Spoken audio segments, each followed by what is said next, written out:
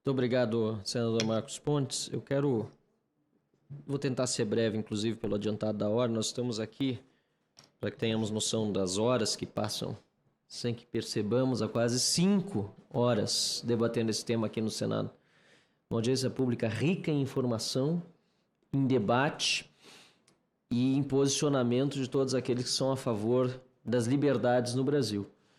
Eu queria até começar lamentando o fato de não termos ninguém da esquerda vindo aqui debater liberdade. Gostam tanto de falar que são a favor de liberdade, etc., mas na hora em que se realiza uma audiência pública como essa, não aparece.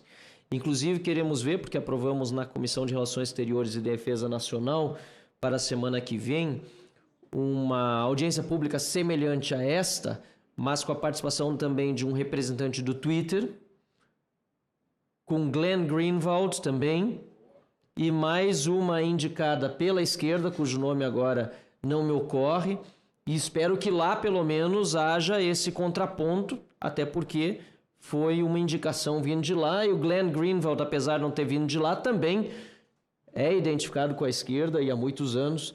Espero também que ele aceite o convite, assim como o Michael Schellenberg, que não estará mais no Brasil, mas poderá participar online na semana que vem. Eu quero fazer aqui uma menção muito especial ao Michael por ter atendido ao nosso convite para ficar no Brasil. Ele estava com viagem marcada no domingo passado para voltar aos Estados Unidos, porque nada disso, obviamente, estava previsto. E ele deixou de retornar para o país para ficar uma semana a mais no Brasil. Foi a São Paulo, passou na imprensa, vários órgãos de comunicação, veio a Brasília falar conosco para trazer informação, para falar sobre o assunto.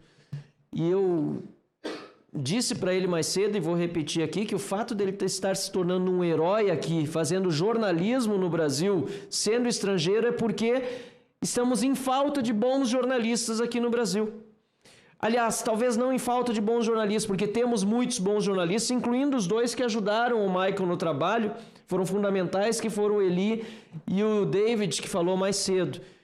Mas porque muitos jornalistas bons no Brasil já não conseguem mais falar, não tem mais espaço nos meios tradicionais e mesmo na internet não conseguem trabalhar profissionalmente, acabam buscando outras profissões em vez de trabalhar naquela que é a sua vocação. Isso é muito triste para um país que precisa ter informação séria, precisa ter verdades publicadas, fatos checados.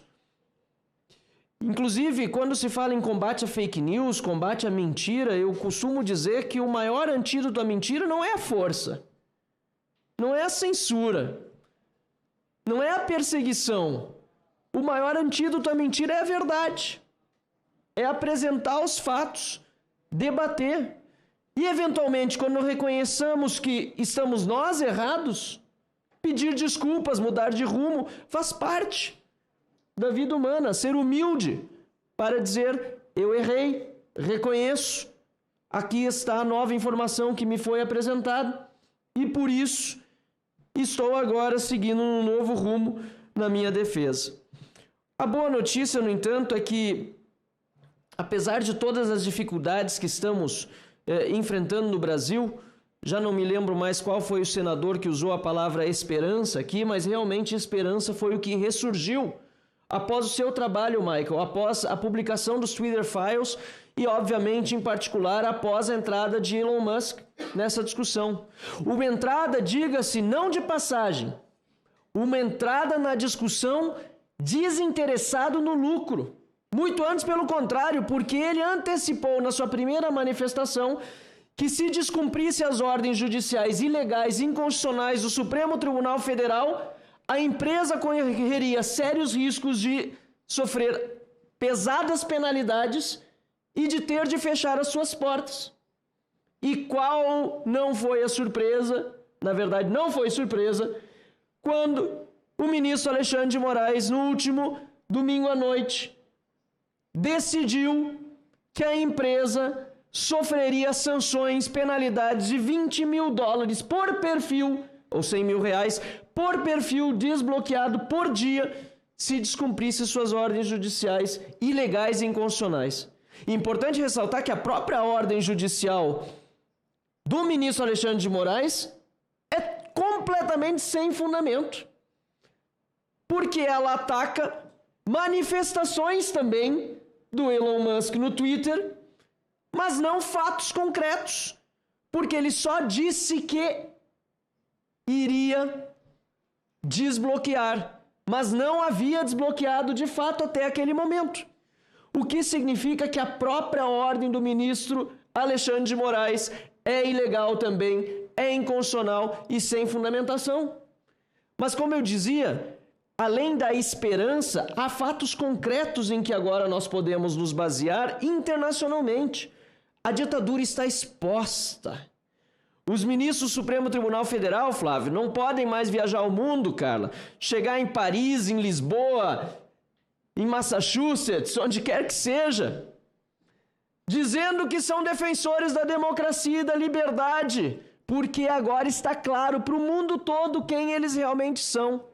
Tiranos, ditadores, e terão agora de arcar com a consequência desses seus atos, Paulo Fernando, e decidir se continuarão a ser vistos internacionalmente como ditadores ou se recuarão no consórcio formado junto com o Partido dos Trabalhadores, junto com Lula e esse desgoverno autoritário, para voltar a dar paz aos brasileiros e fazer valer o slogan que o Lula usa desde o primeiro dia, mas que é a maior fake news do Brasil: união e reconstrução. União com quem o PT está buscando? Nem na sua base governista consegue união. Quem dirá com o povo brasileiro todo? Reconstrução? Não vou nem adentrar na parte das liberdades que estamos perdendo, a economia indo abaixo, déficit nas alturas, um absurdo que esse governo está fazendo, a volta da corrupção e assim por diante. Esta é a reconstrução. A maior fake news hoje do Brasil é o slogan do Lula: união e reconstrução. E o que o STF está fazendo a esse respeito? Já deu prazo de 48 horas para o Lula explicar o slogan mentiroso do PT? Nada. Absolutamente nada. E nós, parlamentares, também, não só jornalistas, nos sentindo amordaçados. Em que lugar do mundo um parlamento pode se sentir com medo de falar, de se pronunciar, de acusar o Poder Executivo ou Judiciário porque somos o órgão controlador da República? Eu respondo: nos lugares do mundo em que há ditadura. E não adianta tapar o sol com a peneira, porque a esquerda marxista odeia parlamentos. Está na gênese do marxismo chamar a democracia representativa de um instrumento da burguesia. Eu sei, é velha a palavra, é antiga, nem cabe nos tempos atuais, mas é velho e anacrônico o marxismo e a ideologia que dá sustentação a este governo corrupto e incompetente. E também os ditadores odeiam a imprensa livre, odeiam a opinião que lhe desagrade. No fundo, odeiam o povo. Querem governar sozinhos. Querem retirar a liberdade do cidadão, do mais simples, inclusive, doutor Ezequiel, que foi protestar com uma Bíblia, uma bandeira do Brasil naquele dia, e jamais poderia imaginar que aconteceria um vandalismo daquele tipo, e a maioria sequer participou das ações que devem sim ser reprovadas quando envolvem agressão física ou depredação, mas a maioria sequer participou disso. Estavam ali, como você muito bem disse, e isso é fundamental entendermos, estavam ali porque também sentiam-se reprimidos por não poderem dizer o óbvio, que a eleição foi desequilibrada para um lado, por força de vontades particulares dentro do TSE, do STF, no establishment, na imprensa e assim por diante. Sentiam censurados, inclusive, por não poder dizer o óbvio, que Lula é ladrão, Lula é corrupto, é chefe de organização criminosa. Nem os jornalistas da Jovem Pan, Michael, podiam dizer isso. Foram censurados pelo Tribunal Superior Eleitoral, mas ele nunca foi absolvido. Os processos foram anulados, mas o dinheiro foi encontrado. Os pedalinhos dos netos do Lula estavam lá, no sítio de Atibaia. Antena da Oi que foi colocada lá no sítio. Tudo, corrupção, o triplex e assim por diante. Tudo comprovado e pior de tudo, Michael. Marco Aurélio Mello, ex-ministro do Supremo Tribunal Federal, que esteve em Porto Alegre conosco no Fórum da Liberdade, ele, ex-ministro do Supremo Tribunal Federal, foi censurado na propaganda eleitoral do Bolsonaro apenas por em uma entrevista que ele concedia a uma jornalista que não era da sua campanha, era um programa jornalístico, ele ter dito o óbvio, que Lula não foi absolvido. Os seus processos apenas tinham voltado à estaca zero. Por isso, senhoras e senhores, eu fico muito contente no fundo que estamos agora, sim, finalmente saindo daquela situação de que achávamos que estávamos apenas acuados, perdendo as liberdades, porque um jornalista como Michael Shellenberger e os 2 brasileiros que o auxiliaram, o David e o Eli, nos mostraram a luz no fim do túnel. E essa luz no fim do túnel significa defender incondicionalmente as nossas liberdades. Se um americano decidiu ficar aqui no Brasil essa semana para nos auxiliar, mais motivação devemos ter nós brasileiros de defendermos o nosso país.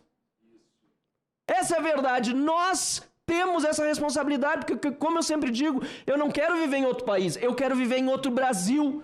Um Brasil verdadeiramente democrático, verdadeiramente livre, verdadeiramente justo, mas a responsabilidade de fazer esse meu país um Brasil melhor é minha, sobretudo, com a ajuda desses amigos, mas é minha, sobretudo, levando a informação para fora, os amigos que estão em Bruxelas, nós que estivemos em Washington, e importantíssimo, alguns caçoaram, diziam que era absurdo nós sairmos daqui para levar a informação para fora. Os resultados agora estão, felizmente, aparecendo. Parabéns ao Senado da República, senador Marcos Pontes, em teu nome, também do senador Magno Malta. Em especial, quero, para concluir, fazer uma referência que precisa ser feita. Senador Rogério Marinho. E líder da oposição na Câmara, Felipe Barros. E a líder da minoria, Bia Kicis. Os 3, no domingo ainda, quando Michael decidiu ficar no Brasil, aliás, no sábado à noite ainda, meia-noite, conversamos com Bia e Felipe Barros, e no domingo junto com o senador Rogério Marinho. E incondicionalmente disseram, nós o receberemos em Brasília, bem receberemos e queremos discutir esse tema. Em nenhum momento nos deixaram para trás. E aqui estamos hoje realizando essa belíssima audiência pública para voltar a dar esperança para o povo brasileiro de dias melhores. Muito obrigado, Michael, e conte com a gente aqui também no Brasil. Você com certeza, se já não era ou não se considerava, pode considerar-se, pelo menos informalmente, quem sabe um dia formalmente, cidadão honorário brasileiro. Conte conosco. Obrigado, deputado Marcel Van Hatten.